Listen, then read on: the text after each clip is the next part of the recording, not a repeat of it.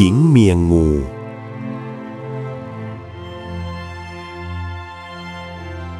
การครั้งหนึ่งนานมาแล้วณหมู่บ้านเล็กๆริมป่าลึกมีชายหญิงคู่หนึ่งอาศัยอยู่ด้วยกันอย่างเรียบง่ายเรือนของเขาเป็นเพียงกระท่อมไม้หลังเล็กมุงจากฝาไม้ไผ่แต่ภายในเรือนนั้นกลับเต็มไปด้วยความอบอุ่นเกินกว่าทองคำใดๆชายผู้นั้นชื่อว่าพ่อกล้าเป็นชายขยันซื่อสัตย์ทำไร่ทำนาเลี้ยงครอบครัวด้วยแรงกาย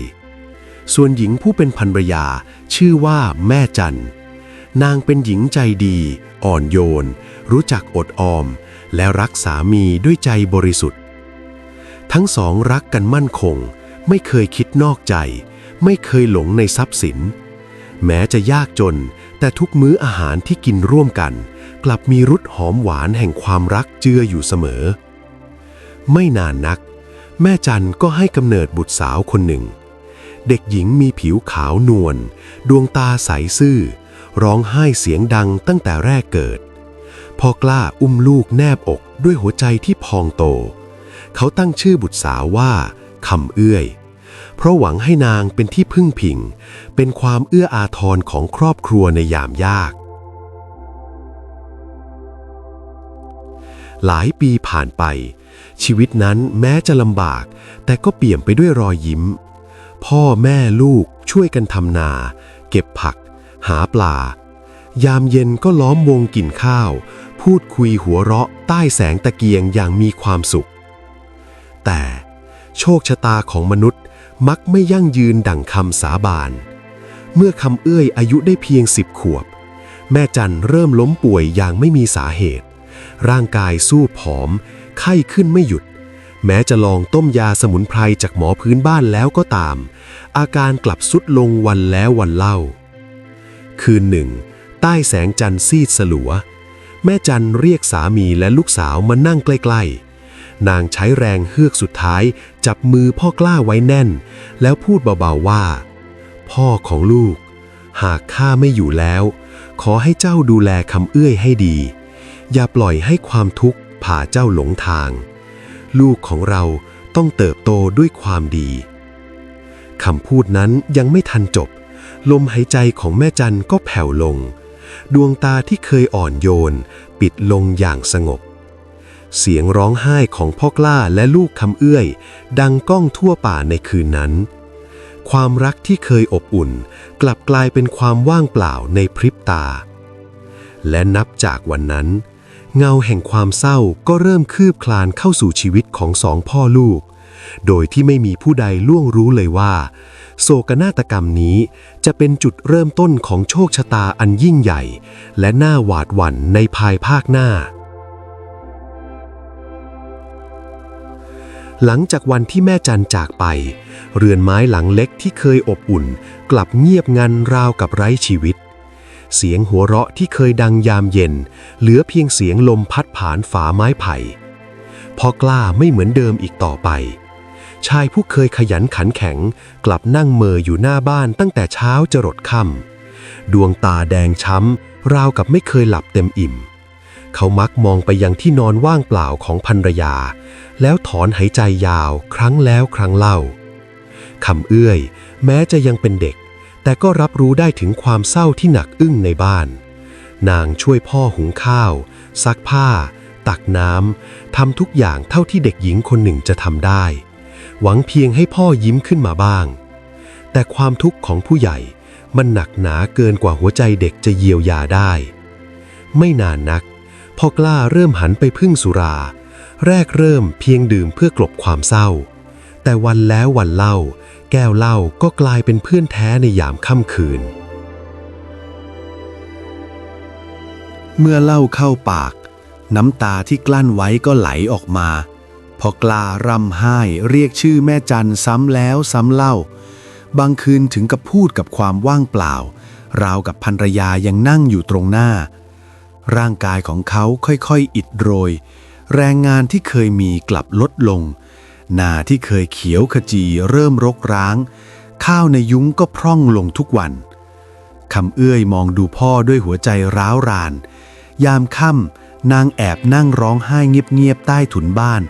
กลัวว่าวันหนึ่งพ่ออาจจากไปทิ้งนางให้อยู่ลำพังในโลกกว้างนางพำพึมกับตนเองว่าถ้าแม่ยังอยู่ทุกอย่างคงไม่เป็นเช่นนี้วันหนึ่งพ่อกล้าล้มลงกลางเรือนด้วยพิษสุราและความอ่อนแรงร่างกายสู้ผอมหายใจแผ่วคำเอื้อยตกใจรีบเข้าไปประคองพ่อไว้นางพยายามต้มข้าวต้มให้อาหารพยายามหายาพื้นบ้านจากชาวบ้านใกล้เคียงแต่ก็ช่วยได้เพียงประทังอาการคืนนั้นคำเอื้อยนั่งเฝ้าพ่อทั้งคืนมองดูใบหน้าที่ซีดเซียวของชายผู้เป็นที่รักที่สุดในชีวิตน้ำตาหยดลงบนมือหยาบกร้านของเขาในหัวใจเล็กๆของนางเริ่มก่อเกิดความคิดหนึ่งขึ้นอย่างแน่วแน่ข้าจะไม่ปล่อยให้พ่อเป็นเช่นนี้ต่อให้ต้องแลกด้วยอะไรข้าก็ยอมและจากความคิดนั้นเองเมล็ดพันธุ์แห่งชะตากรรมก็เริ่มหยั่งรากลงในหัวใจของเด็กสาวโดยที่นางยังไม่รู้เลยว่าการตัดสินใจช่วยพ่อในครั้งนี้จะนำพานางไปพบกับสิ่งที่เหนือกว่ามนุษย์และจะเปลี่ยนชีวิตของนางไปตลอดกาล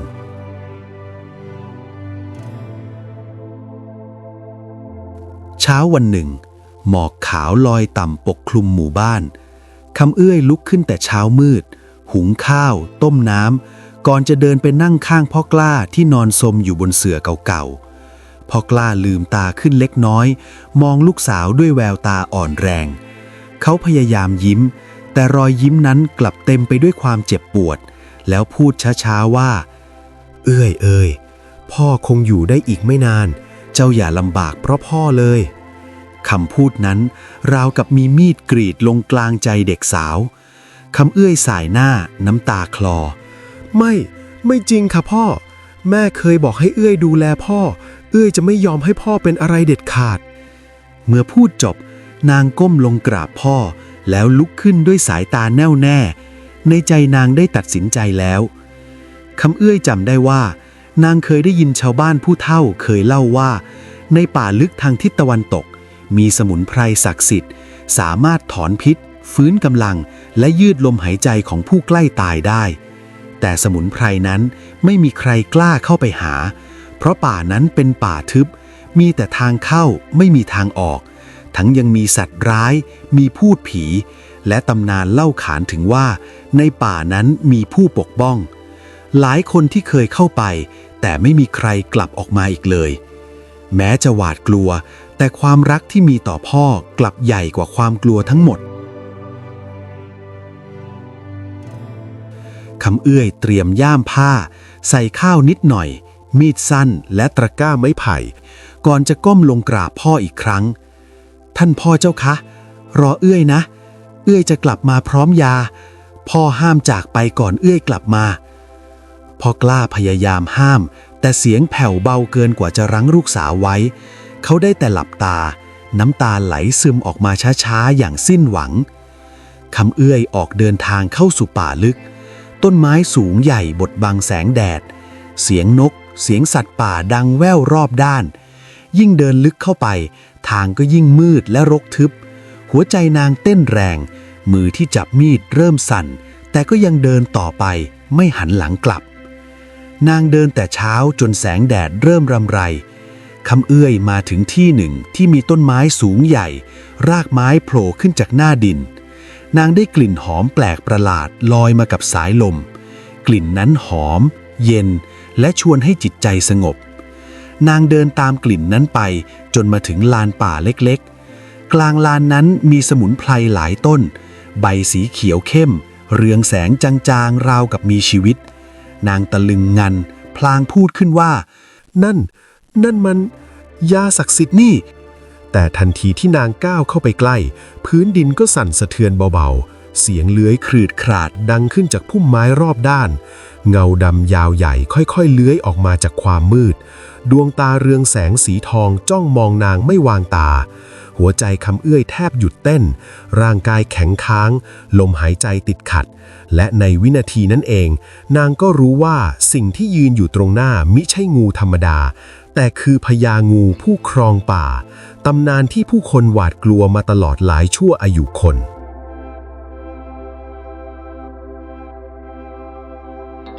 กลางลานป่าเงียบงันแม้แต่เสียงลมก็ราวกับหยุดพัดคำเอื้อยยืนตัวสั่นอยู่ต่อหน้าร่างมหึมาของพญางู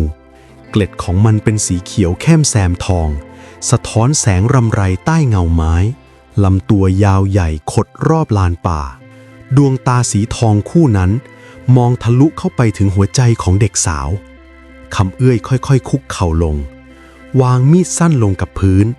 ก้มหน้าลงจนหน้าผากแตะดินพร้อมทั้งกล่าวเสียงสั่นขึ้นว่าหากท่านคือผู้ครองป่านี้จริง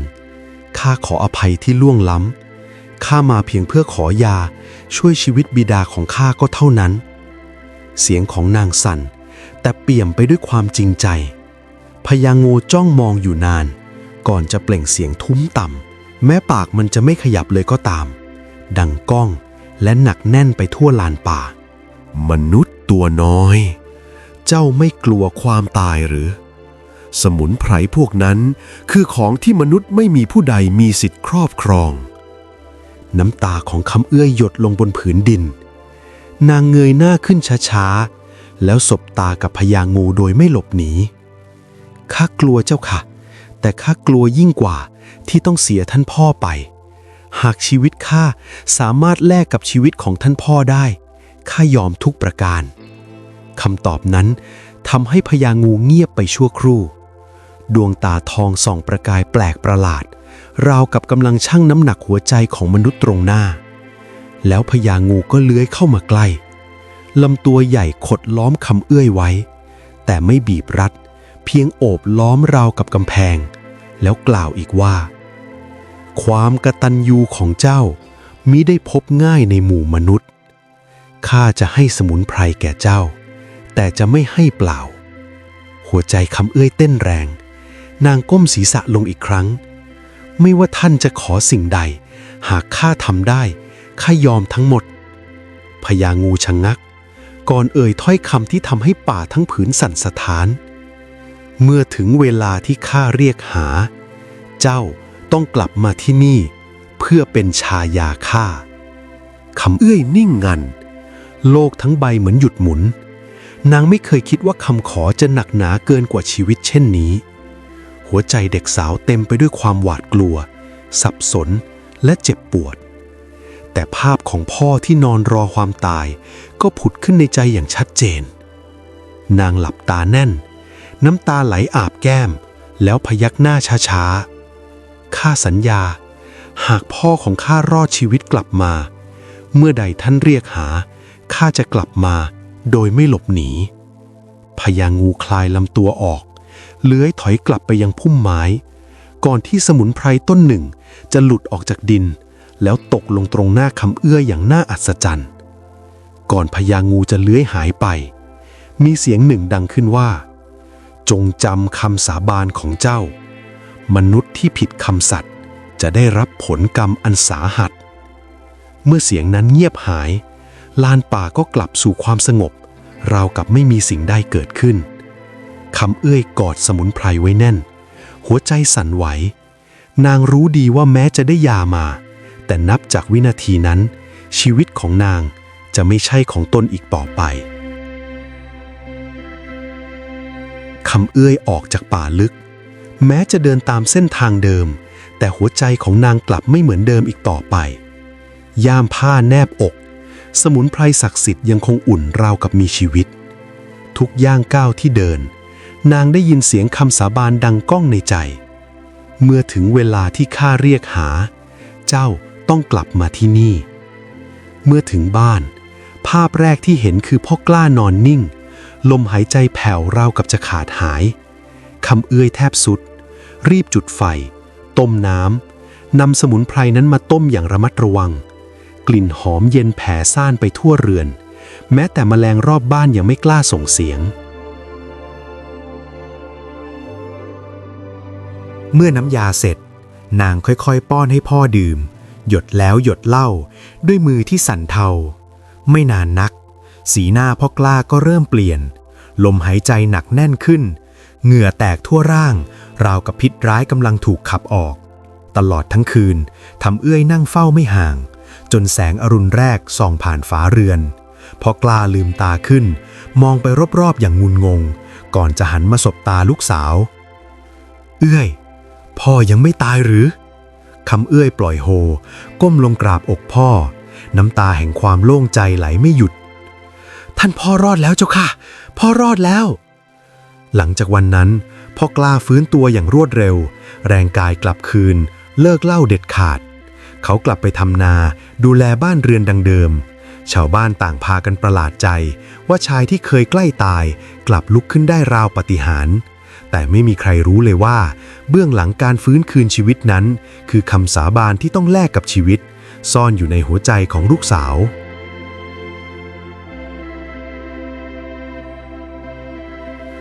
หลายปีผ่านไปคำเอื้อยโตเป็นสาวเต็มตัวชีวิตสองพ่อลูกกลับมาสงบสุขเสียงหัวเราะเริ่มดังในเรือนอีกครั้งแต่ทุกคืนคำเอื้อยกลับฝันถึงดวงตาสีทองและเสียงเลื้อยในป่าลึกคืนหนึ่งท่ามกลางแสงจันทร์เต็มดวงลมเย็นพัดแรงผิดปกติเสียงกระซิบแผ่วเบาดังขึ้นข้างหูของนางถึงเวลาแล้วคำเอื้อยสะดุ้งตื่นหัวใจเต้นแรง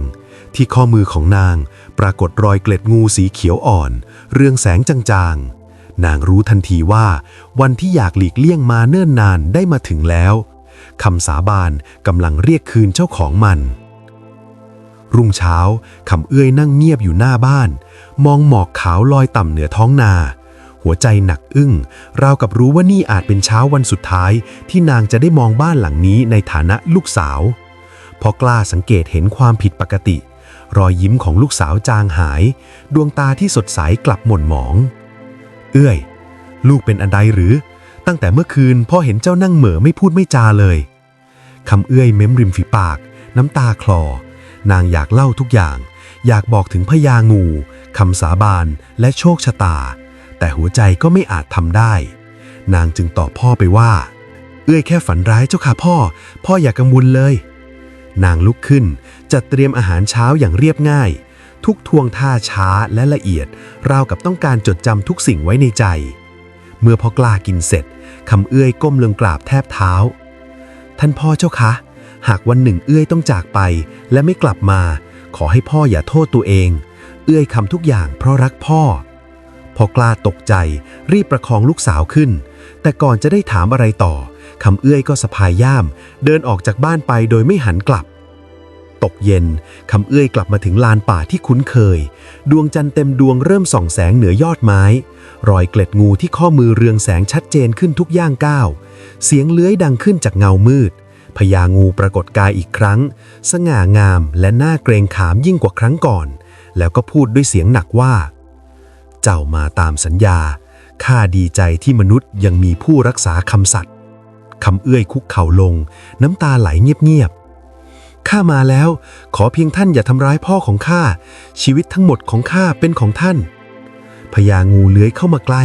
ลำตัวใหญ่โอบรอบนางแต่สัมผัสนั้นกลับเย็นและอ่อนโยนไม่ต่างจากอ้อมกอดแสงสีเขียวสว่างวาบปกคลุมลานป่าร่างของพญางูค่อยๆแปรเปลี่ยนกลายเป็นชายหนุ่มรูปงามดวงตาสีทองยังคงเดิมแล้วกล่าวว่าข้าไม่ได้ต้องการทาสแต่ต้องการคู่ชีวิตผู้ที่ยึดมั่นในคำสัตย์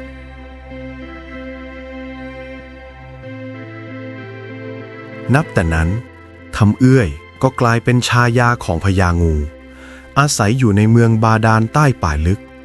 โลกอีกใบที่มนุษย์ไม่อาจมองเห็นที่ซึ่งเต็มไปด้วยแก้วมณีและสายน้ำเรืองแสงพญางูดูแลนางอย่างดีไม่เคยบังคับไม่เคยทำร้ายมีเพียงความเงียบงันและความคิดถึงบ้านที่กัดกินหัวใจทุกคืนคำเอื้อยมองสายน้ำบาดาลคิดถึงพ่อคิดถึงเรือนไม้น้ำตาหยดลงโดยไม่มีใครเห็นนางรักษาคำสัตย์แต่หัวใจกลับเต็มไปด้วยคำถามความรักที่เกิดจากคำสาบานจะนำพาความสุขหรือผลกรรมกันแน่การเวลาล่วงผ่านไปในเมืองบาดาลใต้ป่าลึกคำเอื้อยดำรงตนเป็นชายาของพญางูอย่างสงบนางไม่ขัดขืนไม่เรียกร้องยึดมั่นในคำสัตย์ที่ตนได้ให้ไว้พญางูมอบความอุดมสมบูรณ์ให้แก้วนิลมณีเขียวและทองคำมากพอที่จะทำให้นางร่ำรวยยิ่งกว่าเจ้าเมืองใดๆ แต่คำเอื้อยไม่เคยหลงในสิ่งเหล่านั้นหัวใจของนางยังผูกพันอยู่กับเรือนไม้หลังเล็กและบิดาชราที่อยู่ห่างไกลมาวันหนึ่งคำเอื้อยได้ขออนุญาตนางกล่าวช้าๆว่าข้าแต่พญางูสามีที่เคารพข้าขอขึ้นไปเยี่ยมพ่อเพียงสักคราเดียวเพื่อให้รู้ว่าเขายังมีชีวิตอยู่ดีแล้วข้าจะกลับมาจะไม่ผิดคำสัตย์แม้แต่น้อยพญางูนิ่งเงียบก่อนจะพยักหน้าข้าจะให้เจ้าไปแต่จงระวังใจมนุษย์ให้ดีความโลภของผู้คนมักทำลายคำสัตย์ได้ทุกเมื่อคำเอื้อยกลับขึ้นสู่โลกมนุษย์พบว่าพ่อกล้าแก่ชราลงแต่ยังมีชีวิตอยู่ด้วยความสงบเมื่อพ่อลูกได้พบกันต่างโผเขากอดร่ำไห้ด้วยความคิดถึงแต่ชาวบ้านที่เห็นคำเอื้อยกลับมาต่างร่ำลือถึงความงามและทรัพย์สินล้ำค่าที่นางใส่ติดตัวมาข่าวนั้นดังไปถึงหูผู้ใหญ่บ้านและคนผู้โลภหลายคนพวกเขาเริ่มติดตามและแอบมองนางจากที่มืดบางคนบอกว่าที่นางมาต้องมีสมบัติแน่ๆนางอาจพบขุมทรัพย์ในป่าก็เป็นได้วันต่อมาคนเหล่านั้นลอบตามคำเอื้อยเข้าสู่ป่าลึกมีทั้งอาวุธหอกดาบและธนูเพื่อหวังครอบครองสมบัติเมื่อมาถึงลานป่าที่หมอกลอยปกคลุมพญางูก็ปรากฏกายออกมาเมื่อคนใจโลภเห็นกลับไม่เกรงกลัวใช้หอกดาบและไฟเข้าทำร้ายโดยไม่ฟังคำห้ามของคำเอื้อยหยุดเถิดได้โปรด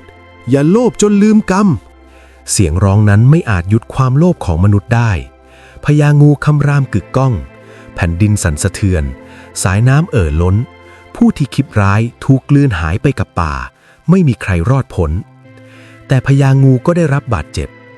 พลังศักดิ์สิทธิ์เริ่มสลายเมืองบาดาลสั่นไหวพญางูมองคำเอื้อยด้วยแววตาอ่อนโยนเจ้าไม่ได้ผิดคำสัตย์แต่โลกมนุษย์เต็มไปด้วยความโลภข้าคงไม่อาจอยู่ร่วมกับเจ้าได้อีกต่อไปแสงสีทองค่อยๆเลือนหายร่างพญางูกลับคืนสู่สายน้ำกลายเป็นผู้พิทักษ์ป่าหลับไหลไปชั่วการคำเอื้อยกลับมาอยู่กับพ่อโดยไม่หลงเหลือทรัพย์ใดติดตัวนางใช้ชีวิตเรียบง่ายดูแลบิดาจนวาระสุดท้ายหลังจากนั้นคำเอื้อยก็ไม่ยอมมีคู่ครองอีกนางอาศัยอยู่ใกล้ป่าลึกคอยดูแลผู้คนไม่ให้ล่วงล้ำป่าต้องห้ามผู้ใดฝ่าฝืนมักประสบเคราะห์กรรมโดยไม่รู้สาเหตุชาวบ้านจึงเล่าขานกันว่าหญิงผู้นั้นคือหญิงเมียพญางูผู้ที่รักษาคำสัตย์ยิ่งกว่าชีวิต